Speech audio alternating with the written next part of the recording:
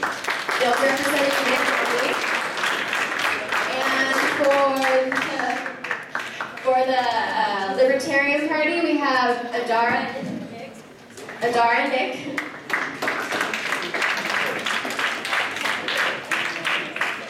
And for the Liberal Party, we have Jasmine.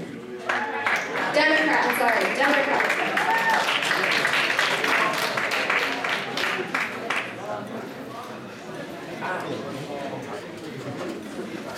Sure.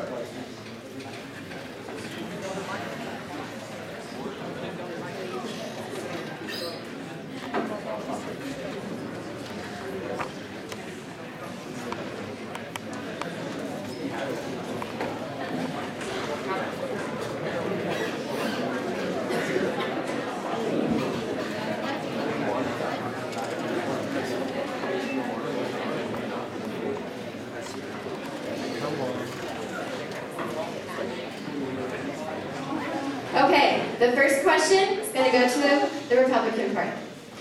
Currently, the United States is the largest consumer of oil, and most of this oil is imported from other countries. Some suggest that we should drill our own oil and stop from depending on foreign oil. Would you support the construction of the Keystone Pipeline and other projects that would allow us to produce our own oil? This is a no-brainer. Look at a map of oil pipelines in this country. There are literally thousands of miles of pipelines crisscrossing this country. Yet how many times has anyone in the room read about a significant leak? Certainly the record supports pipelines as a safer means of bringing oil to market than by ocean-going vessels. We should support efforts to reduce the consumption of imported oil from other countries and increase our supplies of domestic oil for our use.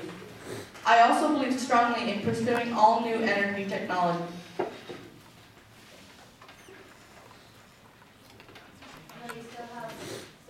Okay. Same question.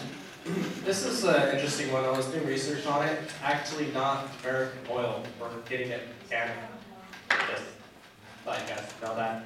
And officially, we do not support this competition. Generally speaking, because the oil company is going to have to use eminent domain, and that will be a violation if you're still the right to have their own property.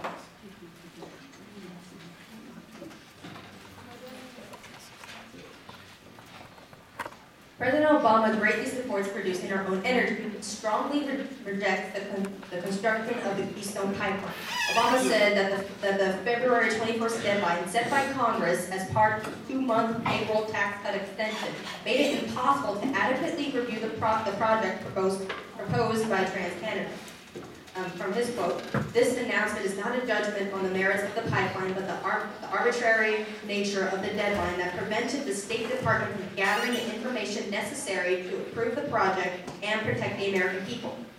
Environmental groups have lobbied against the project, arguing that the extraction of oil sands, a progress more akin to strip mining than drilling, is so energy intensive that it contributes to climate change. They also assert that the pipeline could leak, possibly endangering the great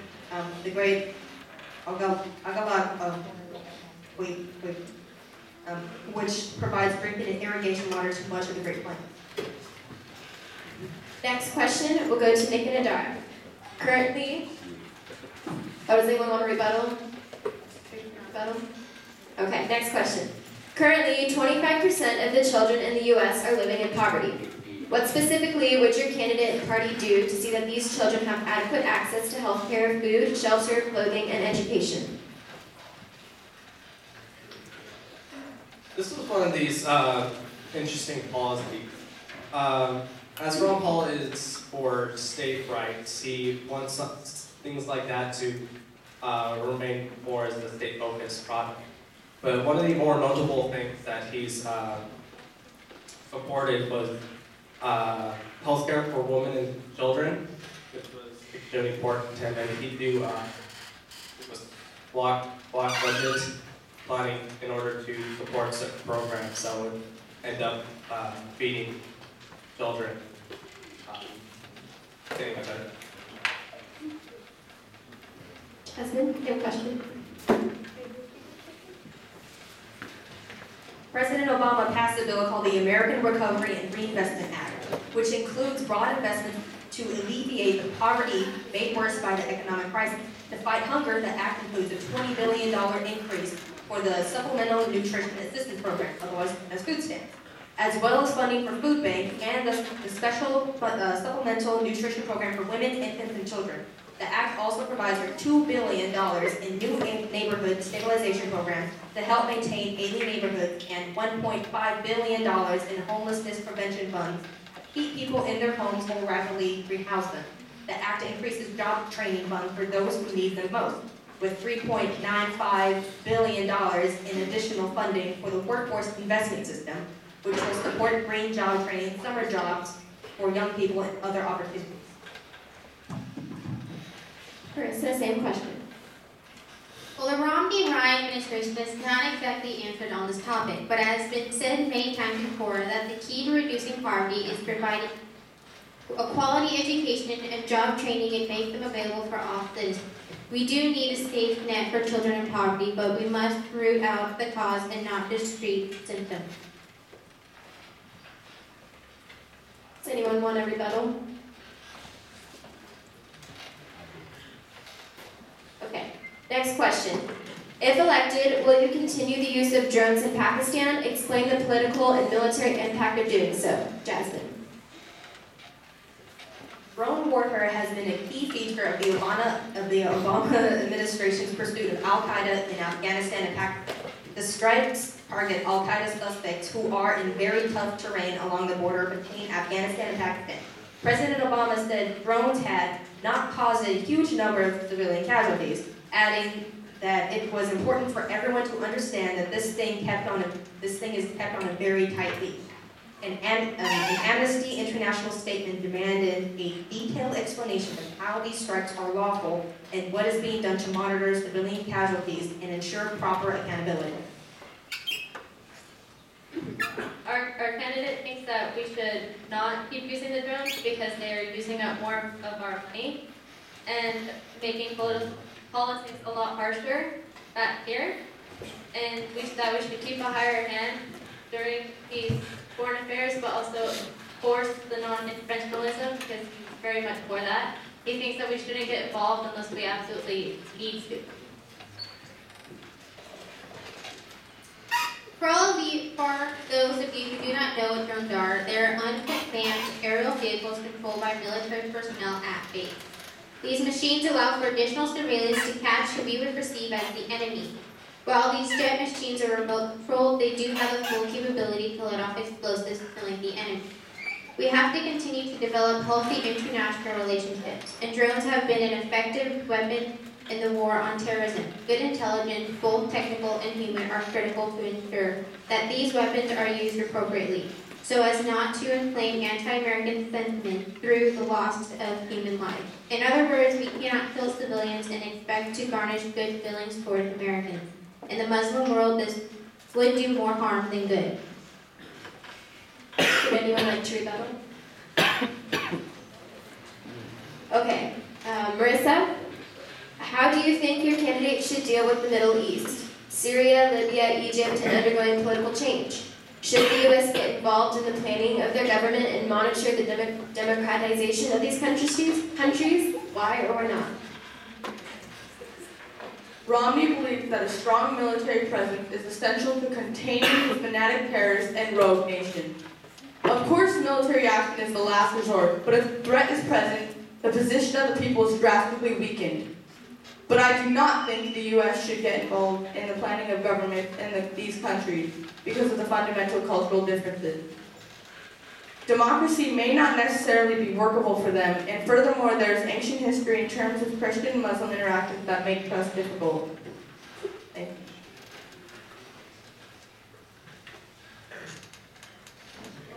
Our candidate supports non-interventionism and that we should leave them alone, but keep our guard in the United States and use invasion as our last resort, as always.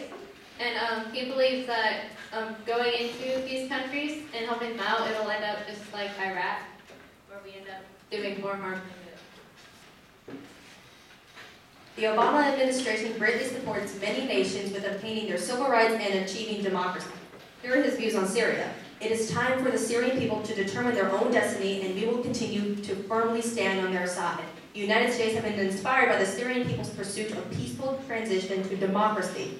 The United States opposes the use of violence against peaceful protesters in Syria, and we support the universal rights of the Syrian people. We recognize that it will take time for the Syrian people to achieve the justice they deserve.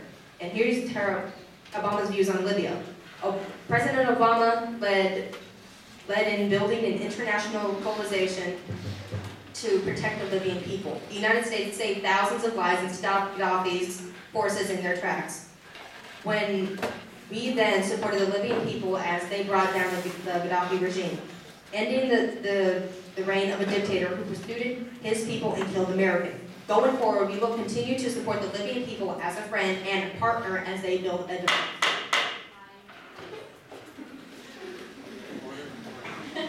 Okay, Adar and Nick, the United States has been involved in 2 wars in the Middle East during this last 12 years, and currently there is a diplomatic crisis with Iran. Yes, would you like to go? I thought I should add that one of the reasons that Ron Paul doesn't really want to remain involved in the Middle East is that he, along with raising political tensions in the Middle East, it's kind of the point where we should allow some countries to become independent. I mean, yes, we should support people getting their own civil liberties, but at the same time, we have our own problems within our own country, and we need to fight those problems before we can help out. Okay. The United States has been involved in 2 wars in the Middle East during this last 12 years, and currently there is a diplomatic crisis with Iran over Israel and development of nuclear weapons. How should we deal with Iran? We wish to continue to pressure Iran in restricting nuclear materials and to pressure the UN to take action. We also, with Israel, we want to let them become a little bit more independent in their actions. We do want to support them, but at the same time, we want to step back and let them make their own decisions. Or make them take more time. U.S. policy toward Iran must begin with an understanding on Iran's part that a military option to deal with their nuclear weapons program is very real and very credible. This message should not only be delivered through words, but through action. The United States should restore the regular presence of aircraft carrier task forces in both the Eastern Mediterranean and the Persian Gulf region simultaneously. The United States should repair relations with Israel, increase military coordination and assistance, and enhance intelligence sharing to ensure that our allied capabilities are robust and ready to deal with Iran. The United States should also increase military coordination with our Arab allies in the region and conduct more naval exercises as a demonstration of strength and resolve. Only if Iran understands that the United States is utterly determined when we say that our nuclear weapons program is unacceptable, is there a possibility that they will give up their nuclear aspirations peacefully. Why does one of the richest Time's up, time's up. Pass it, pass it.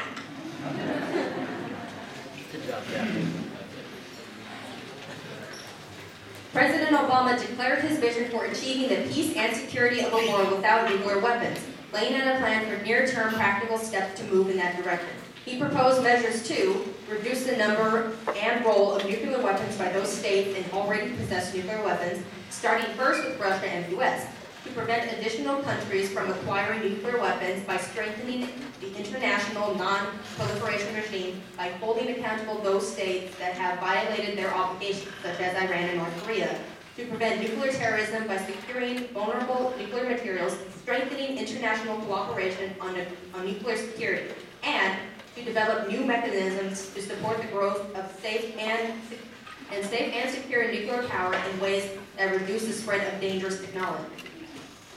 30-second rebuttal, anyone?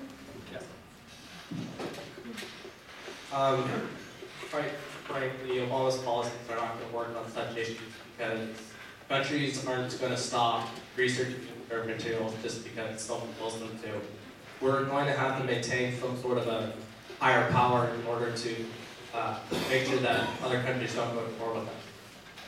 And along with that, the United Nations also needs to take some responsibility in making sure that countries that can be dangerous.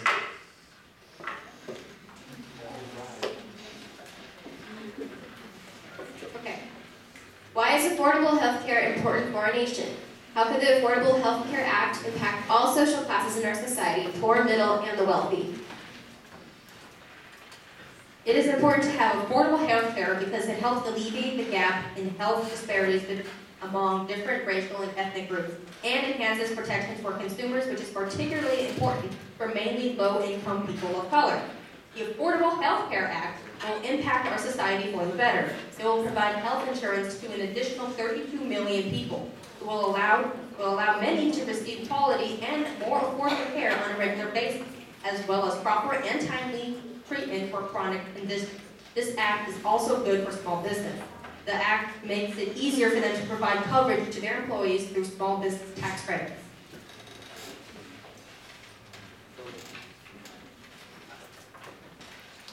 Affordable health care is obviously very important. The question is, what is the solution? Imposing a massively expensive bureaucracy at the federal level or implementing a framework whereby the efficiencies of competitors establish cost-effective prevention and treatment. Where there needs to be a transparency on pricing and a reduction of burdensome regulations in order to allow the consumer to make an intelligent choice. The government bureaucracy only increases the expense and will ultimately reduce choices and the availability of quality healthcare providers. Thank you. Healthcare should be affordable to all people who deserve for it, and competition will keep prices down. But free healthcare should not be put in place. A lot of workplaces already offer free healthcare benefits, and it shouldn't be restricted by Obamacare, or else small businesses might not hire, and more people will be without healthcare. We should also keep prices for medication low for the elderly and allow tax reductions for those with health needs. Ron Paul also advocates for hospitals that help children and pregnant women through SCHIP, or State Children's Health Insurance Program. He also wants to end federal health state programs, which he believes are unconstitutional, and that doctors who know that people can't pay have a moral responsibility, and they know it, to help those in need. Beto?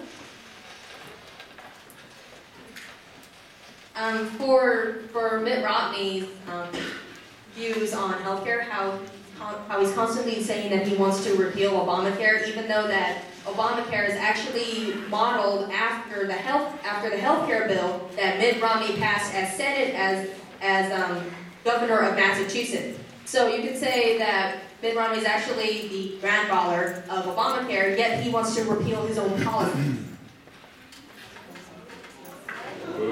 Right?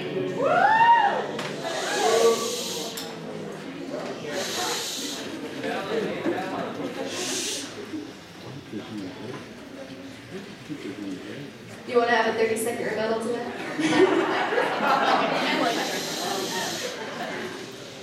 Did you know that you have to pay if you don't have Obamacare? Did you know that?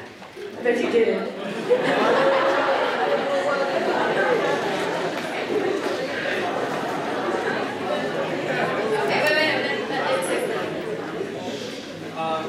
Forgive me while I don't necessarily support either candidate. Obamacare is quite different from Obamacare. I mean, while it has some of the basic steps in there, it is a completely different project.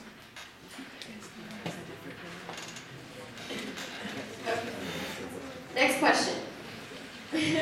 What makes your candidate the best candidate for the office of President and Vice President of the United States? What kind of qualities makes your candidate the best choice? First, let me say as governor of Massachusetts, Romney transformed a $4 billion deficit to a $2 billion in surplus and reduced unemployment from 5.8% to 4.7%.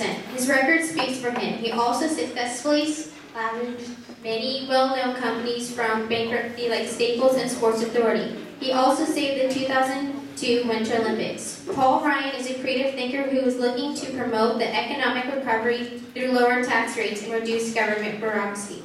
He has proposed a flat tax rate to simplify the ridiculously complicated federal tax system, and he wants to place the healthcare dollars into the hands of the consumer who ultimately can make a better choice than the government. Obama believes in hope, but that is not enough to move us forward.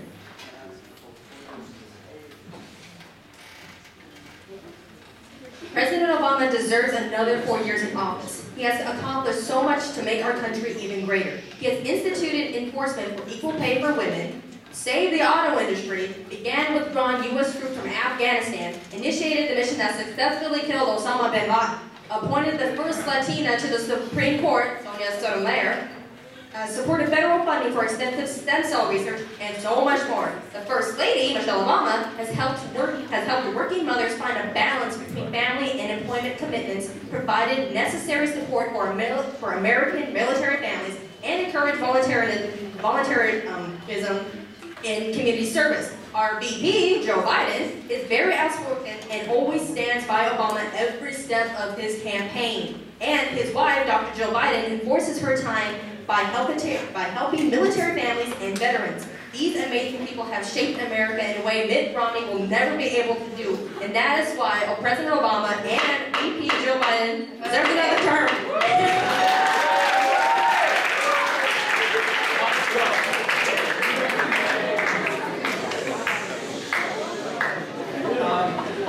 Forgive me, our candidate, I don't think our candidate is officially on the ballot anymore. He's bumped out of the race.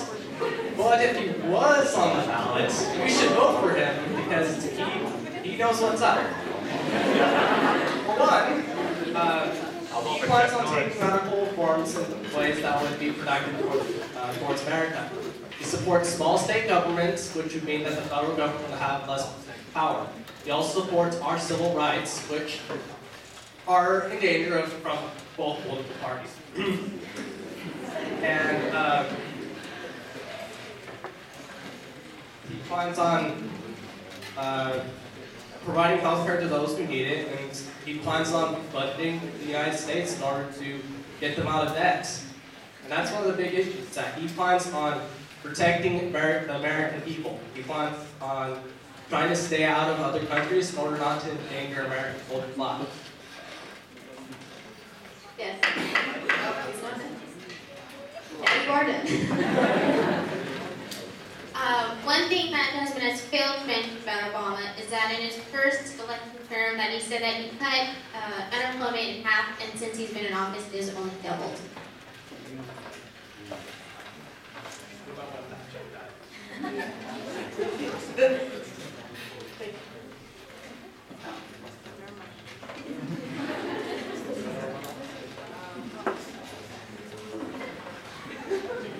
Alright, we're gonna go on to the next question. I'm sorry.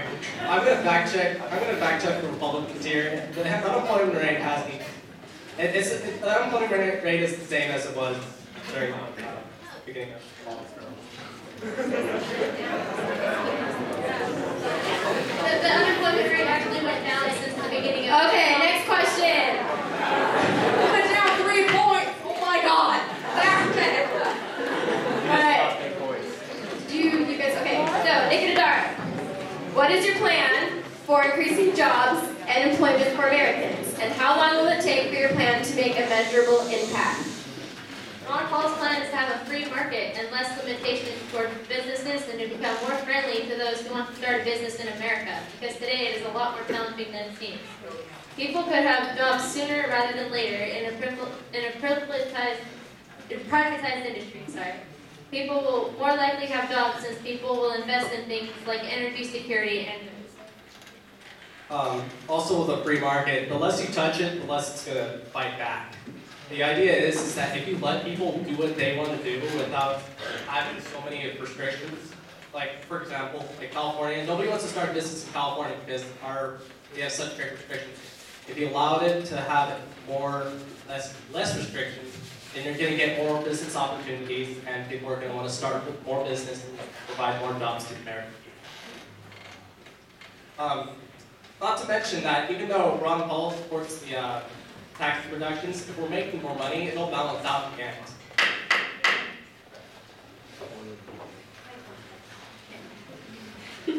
Mitt Romney's plan for a stronger middle class is a 5-point proposal for turning around the economy and delivering more jobs, more take-home pay for Americans. While President Obama continues looking for big government spending programs as a solution to the nation's challenges, Mitt understands it is the hardworking Americans in the private sector who will achieve economic growth and job creation. Part 1, promote energy independence. Part 2, open markets for American goods and confront countries like China who cheat on trade. Part 3, promote better public education and training programs. Part 4, cut the deficit. And Part 5, champion small businesses by reducing regulation. Mitt will pursue comprehensive tax reform that lowers tax rates for all Americans, and it will cut back on the red tape that drives up costs and discourages hiring.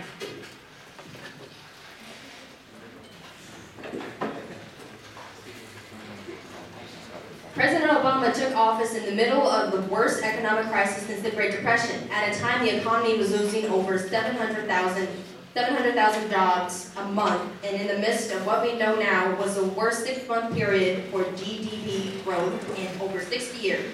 To respond to the crisis, the President took immediate, bold, and effective action, signing the American Recovery and Reinvestment Act into law less than a month after taking office, helping to create jobs and make the investments we need to out-innovate, out-educate, outbuild the competition so we can create true economic security for the middle class.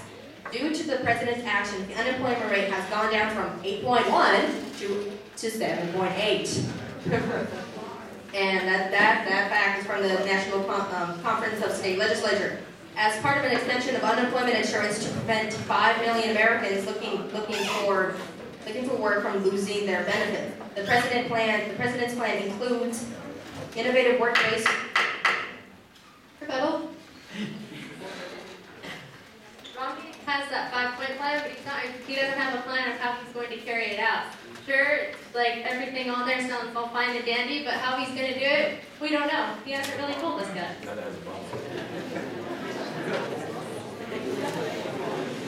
Would you like to respond to that?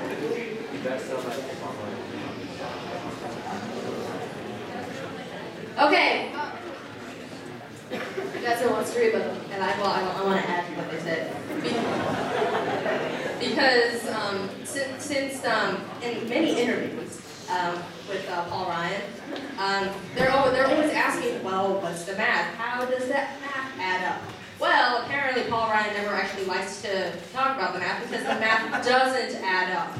And also, during the National Democratic Convention with, I love to quote Bill Clinton, so Bill Clinton loves to say, it's full of arithmetic.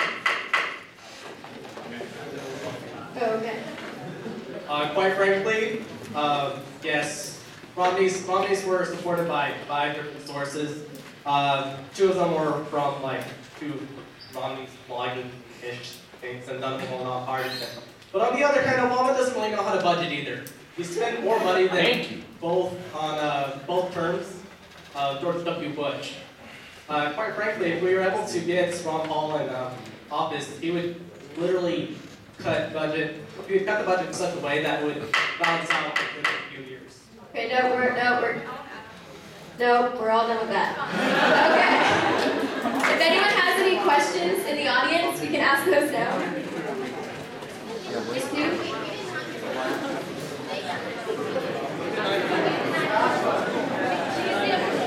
Okay. I'll give you a chance.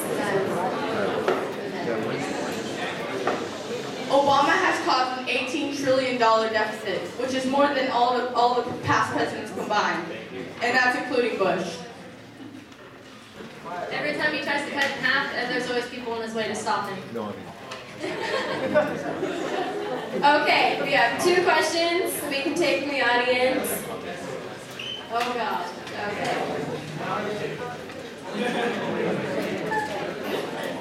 Alright, I'm gonna pick somebody I know. Right there in the black. Yes, you. Hello, Jay. Okay. Women's rights. Some are Republicans, for those who don't know.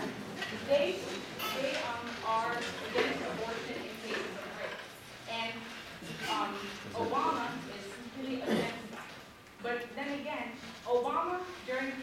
time in the Illinois State Senate, he voted against tougher laws against rapists and sex offenders.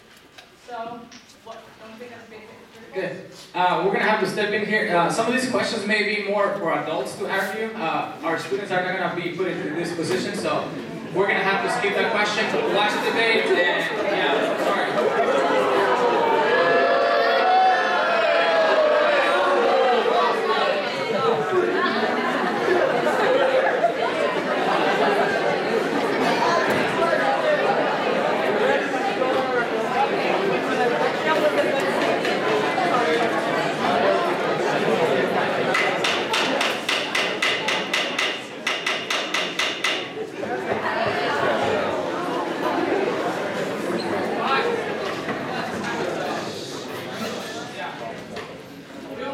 We only have 2 minutes left, so we're gonna have to stop here.